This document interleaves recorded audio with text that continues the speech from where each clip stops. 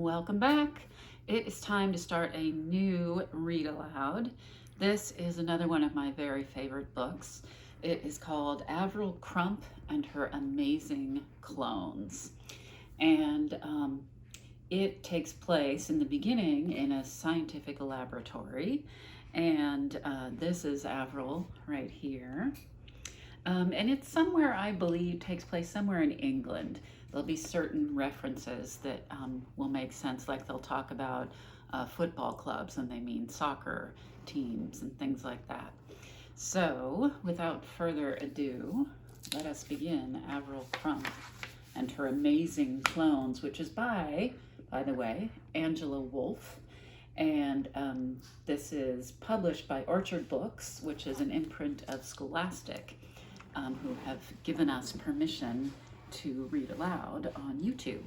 So, thank you, Scholastic. All right. So it starts off with the Retchford Post. Retchford is a place, and the Retchford Post is like a newspaper or newsletter. Your indispensable weekly source of news, views, and movie reviews for Retchford-on-the-Reek and the surrounding area. Laboratory to reopen. Local history will be made today when Leviticus Laboratories opens its gates to the public for the first time in 15 years. The renowned scientific institution has not admitted visitors since the well-known human cloning scandal 15 years ago. Professor Gideon Blute, the scientist responsible, was expelled after malformed cloned body parts were found in his office. Blute, who was allegedly trying to create a superclone from the cells of famous historical figures, was charged by the management with conducting an unauthorized experiment. He disappeared in mysterious circumstances. Police are still interested in determining his whereabouts. Professor Schnauzbart, head of the Oil and Fuel Department and president of Leviticus, will hope this black mark is forgotten today when he leads a party of local bigwigs and journalists on a tour around the laboratories. They will be shown interesting experiments and will listen to a short lecture before enjoying wine and cheese in the staff room. It is expected that regular tours will follow over the next few months. Chapter 1, Leviticus. The small crowd pressed wind-chilled faces against the tall iron gates, pushing and shoving for a glimpse through the bars. A thick red carpet was being unrolled from the grand oak doorway. The brass lettering on the sign above the entrance was being buffed to a high shine. A gaggle of gossiping cleaners leaned on idle brooms, complaining about their aching backs and drinking mugs of tea. The gates began to creak open. Ladies and gentlemen, welcome to Leviticus. The small group of visitors gazed in awe at the man who had spoken. He cut an imposing figure in his crisp white lab coat, his dark hair shining in the chilly winter sunlight, his rather large nose flaring with pride and excitement. I, Dr. Weatherby, deputy head of the Oil and Fuel Department and director of experimental affairs, feel deeply honored to show such a distinguished group of visitors the wonders of... He stopped. He stared at the tour group. 20 grubby faces stared back. They did not look distinguished at all. They looked extremely undistinguished, positively mediocre, in fact. Where's the mayor? Dr. Weatherby hissed. Where are the TV reporters? Who are you lot? A pimply teenager in a pom-pom hat stepped forward. We're from the campsite down the road, he offered. They said they needed people for a rehearsal of this tour you're doing later. Dr. Weatherby reached into his pocket for his schedule.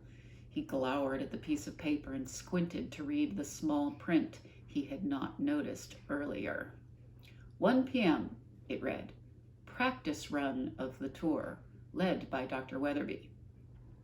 This was followed underneath by even smaller print. 2 p.m. Actual tour led by Professor Schnauzbart. Grinding his teeth, Dr. Weatherby ripped the schedule into tiny shreds before taking all 17 pages of his big speech and doing the same. He made a mental note to fire his secretary. The pimply boy's face glowed with excitement. "Oh, and we were promised wine and cheese. I don't suppose we could have those first?" "Right," Dr. Weatherby snapped, casting the shreds of paper into the wind. "Let's get this over with." He stomped off toward the main building, shoving the tea-slurping cleaners out of his way. "Get a move on." The campers hurried after him as he led them past the magnificent oak doors and around to the side entrance. Dr. Weatherby did not want any of his colleagues seeing him leading the warm-up tour. Purple-faced and furious, he swept the motley party through endless gray corridors at high speed. "That's a laboratory," he gestured into empty rooms as they sped along. "That's another one. Bathrooms, stationery closet, another lab." "What happened in there?" piped up the woolly-hatted boy, rather out of breath, pointing back at the burnt-out laboratory they had just passed. "Oh, one of my junior colleagues blew several labs up a couple of weeks ago," Dr. Weatherby replied, scurrying past the row of smoke-blackened doors and peering around a corner before ushering his group down yet another corridor. He glanced at his watch.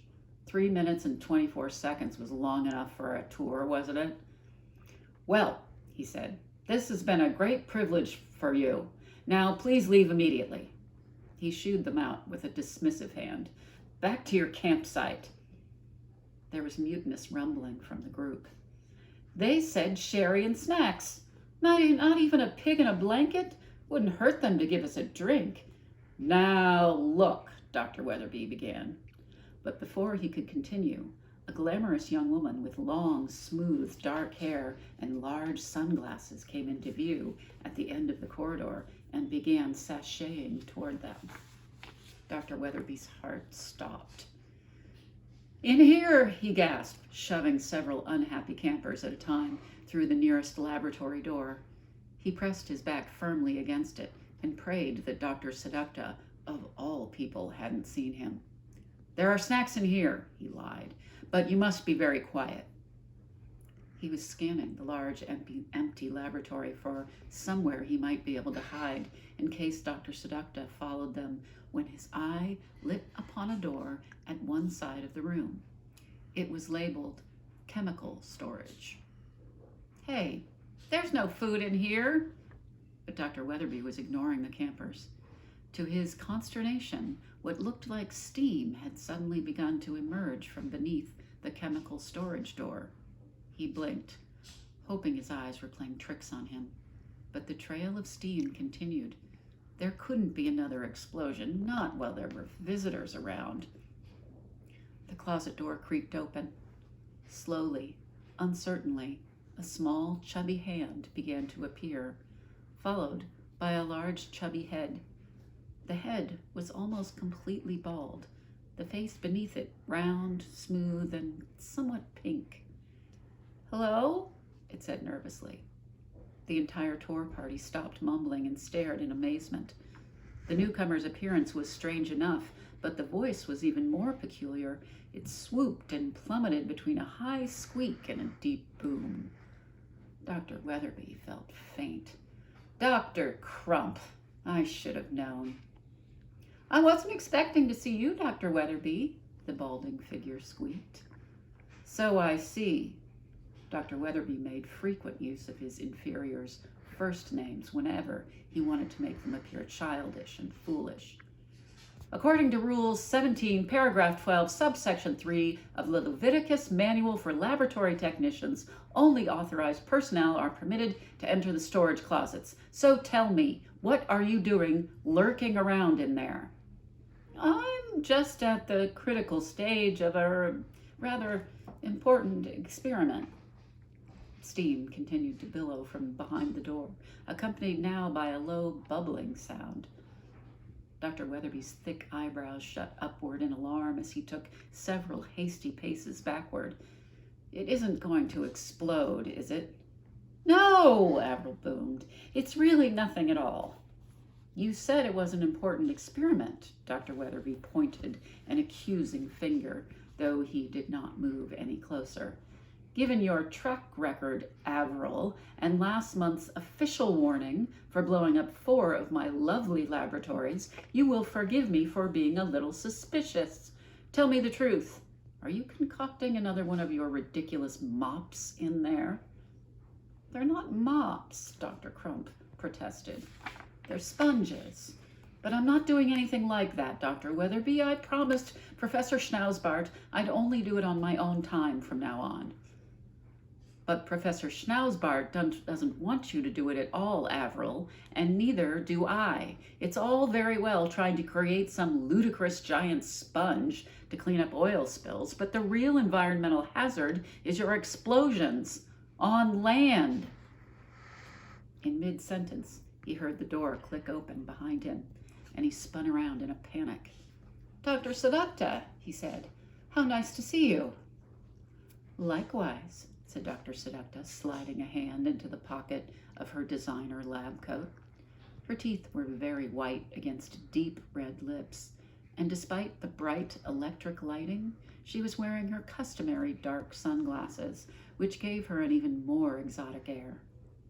I saw you out in the corridor and wondered what kind of fun I was missing. She gazed around at the gathering. Is this a private party, or can anyone join in? Not much of a party without snacks, came a loud voice from the crowd, which was now beginning to grow restless. Dr. Weatherby was now crimson with embarrassment. He decided to divert attention by picking on Avril Crump instead. I'm glad you came in, Dr. Sedukta, he said. I need a witness to this. Avril Crump appears to be conducting a secret experiment in the closet, an experiment for which she has not asked my permission. Dr. Sedukta shook her head disapprovingly. And so soon after those explosions, she drawled. April and her mops. She really is quite the maverick. She moved closer to Dr. Weatherby and coyly twirled a silver ring on her right hand. Dr. Crump sighed. Dr. Sedukta had been at Leviticus for nearly a month now, and she still kept getting her name wrong. It's Avril, and it's sponges, and those explosions weren't completely my fault. I told the management there was just a little mistake in my polypropylene, and this has nothing to do with sponges. Really, it doesn't. But Dr. Weatherby was on a roll. I am your boss, Avril, he reminded her, waving away a swirl of steam. You had better tell me exactly what you are up to in there, or I shall presume it to be an unauthorized experiment. Go and look at it, Dr. Sedukta suddenly hissed, poking Weatherby in the ribs with a long fingernail. See what she's doing in there.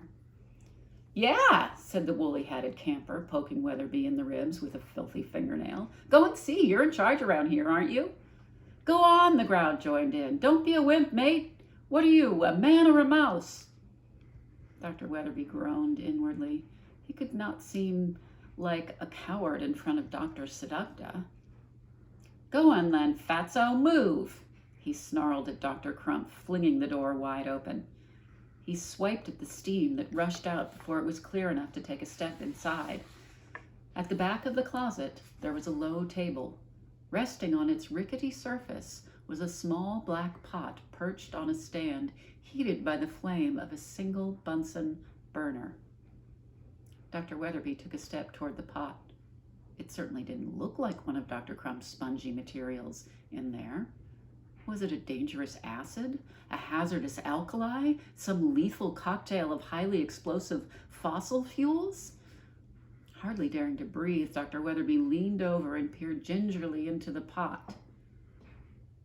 Baked beans?